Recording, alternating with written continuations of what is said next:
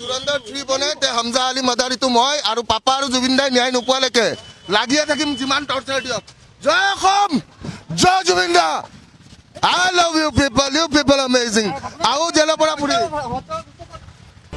নমস্কাৰ এই মুহূৰ্তে আহিছোঁ অসমৰ লগতে বাটৰ কেইবাটাও প্ৰান্ত বৰ্তাংগৰ খবৰবোৰ নিউজ চাবলৈ হ'লে আমাৰ চেনেলটো ছাবস্ক্ৰাইব কৰি ভিডিঅ'টো লাইক কৰি ভিডিঅ'টো শ্বেয়াৰ কৰি দিব আগলৈ জুবিন গাৰ্গক সকলোৱে ভাল পাইছিল কিন্তু আমিহে মানুহ চিনাত ভুল কৰিছোঁ এনেদৰে মন্তব্য গৰিমা শইকীয়া গাৰ্গে কি মন্তব্য কৰে গৰিমা শইকীয়া গাৰ্গে চাই থকা আমাৰ সম্পূৰ্ণ প্ৰতিবেদন জুবিন গাৰ্গে সকলোকে ভাল পাইছিল কিন্তু আমিহে মানুহ চিনি পোৱাত ভুল কৰিলোঁ এনেদৰে মন্তব্য গৰিমা গাৰ্গৰ আইনে কাকো বিনা কাৰণত জেলত ভৰাই নথয়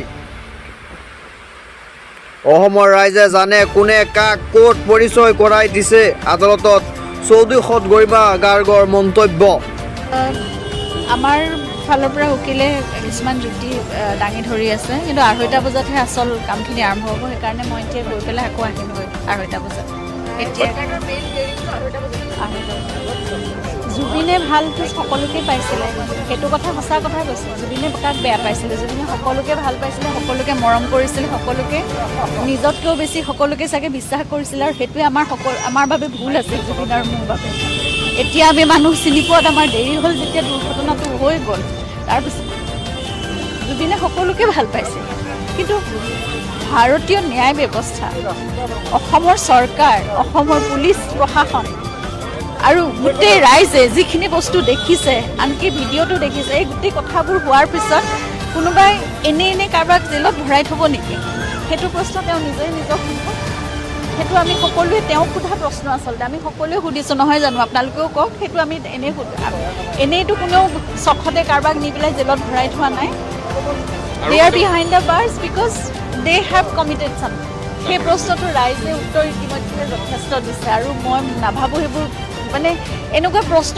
আহিবলগীয়া প্ৰশ্ন নেকি জুবিনে আজিলৈকে আজি এই 30 বছৰে যিমানখিনি তেওঁৰ সাধনাৰ চৰ্চা তেওঁৰ নিজৰ সকলো দিলে তেওঁ অকল দেশত নহয় বিশ্বত তেওঁ ইতিমধ্যে কিমান কাম কৰি আহিছে তাৰপিছত আকৌ এইটো কথা আৰু আহিব লাগে নেকি জুবিন গাৰ্গক নতুনকৈ কোনোবাই পৰিচয় দিয়াৰ প্ৰয়োজন জানো আছে কাৰোবাক তেওঁ এজন সূৰ্য আছিল আমাক সকলোকে পোহৰ বিচাৰি ওলাই আছিল সাংস্কৃতিক দিশত সামাজিক দিশত সেই মানুহজনৰ কথা আৰু কোনোবাই কিবা মন্তব্য দিয়াটো কোনো প্ৰয়োজনে নাই মই নাভাবোঁ সেইটো কথা আৰু মই উত্তৰ দিব লাগে বুলিও নাভাবোঁ সেইটো কথা অসমৰ ৰাইজে সকলোৱে যাম তেওঁলোকৰ ফালৰ পৰা কৰি আছে মই বিশ্বাসী এতিয়াও আমাৰ আইন ব্যৱস্থা ন্যায় প্ৰক্ৰিয়াত আৰু আমাৰ যি প্ৰজিকিউশ্যনৰ টীমটো তেওঁলোকে যথেষ্ট বলিষ্ঠভাৱে নিজৰ যিখিনি কৰিব লাগে তেওঁলোকে কৰি আছে গতিকে আমিতো মনত এটা বিশ্বাস ৰাখি আমাৰ ন্যায় ব্যৱস্থাত আমি সাধাৰণ মানুহে সেইটোৱে কৰিব পাৰোঁ গতিকে সেইমতে আমি আহি আছোঁ বিশ্বাসেৰে এটা বিশ্বাস ৰাখি কৰি আছোঁ এতিয়াও আশা আছে গতিকে সেইটোৱে আৰু চাওঁ এতিয়া কি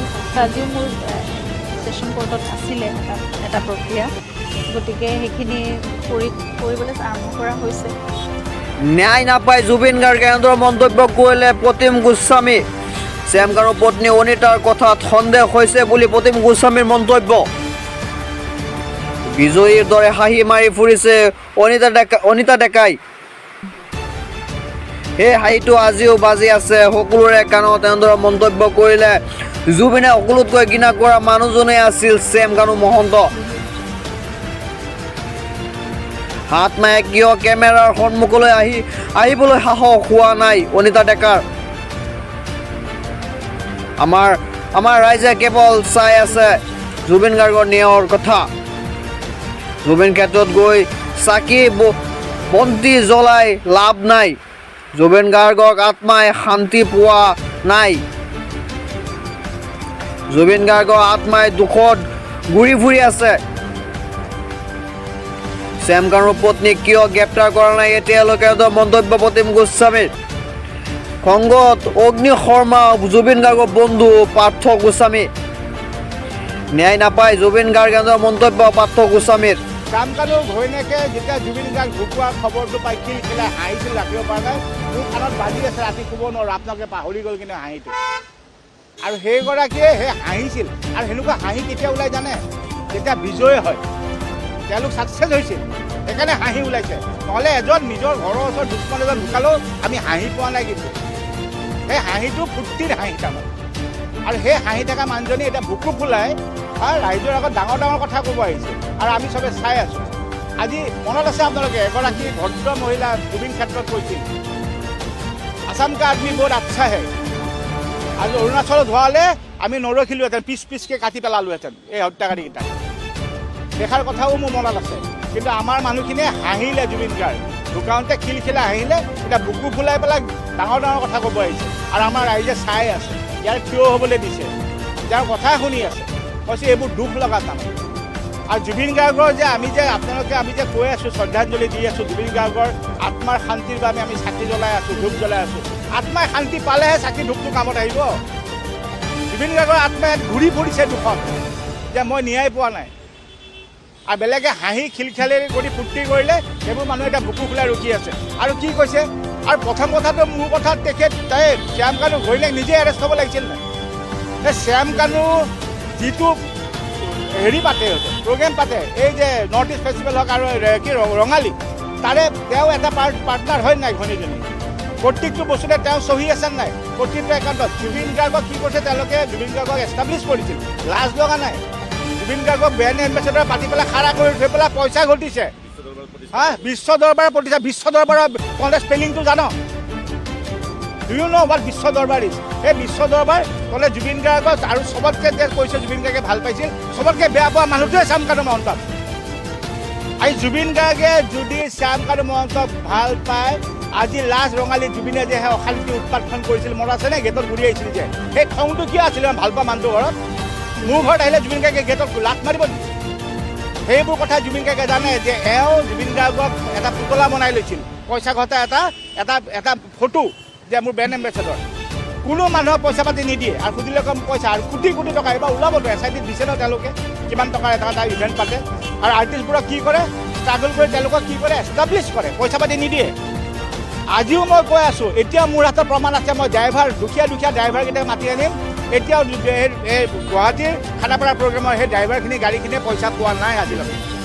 তেনেকৈ মইতো এজন দুজনৰ কথা কৈছোঁ, তেওঁলোকে জুবিন গাৰ্গৰ জীৱন বৰ ইউজ কৰিলে আৰু জুবিনে এইবোৰ কথা গম পাই পোৱা নাই।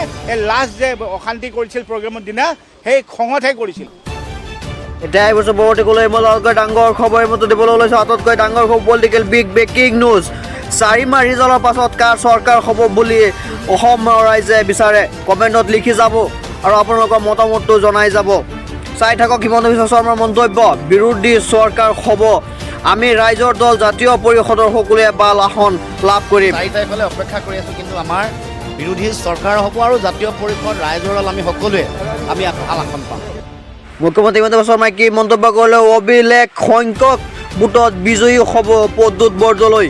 দিছপুৰৰ ৰাইজৰ ওপৰত মোৰ বিশ্বাস আছে। দিছপুৰৰ বিজেপি প্ৰাৰ্থী প্ৰদ্যুৎ বৰদলৈক লৈ মন্তব্য মুখ্যমন্ত্ৰী হিমন্ত বিশ্ব শৰ্মাৰ। দিছপুৰ সমষ্টিত প্ৰদ্যুৎ বৰদলৈ ৰেকৰ্ড ভোটত জিকিব, বহুত ভোটত জিকিব, অভিলেখ গঢ়িব। মোৰ ইমান বিশ্বাস আছে যে ৰাইজে নৰেন্দ্ৰ মোদী ডাঙৰীয়াই লোৱা সিদ্ধান্ত আৰু আমি লোৱা সিদ্ধান্ত আমাক সমৰ্থন কৰিবই, বহুত ভোটত জিকিব। কোনো কণ্টেষ্টতে নাহে, ওচৰে পাজৰেও নাহে।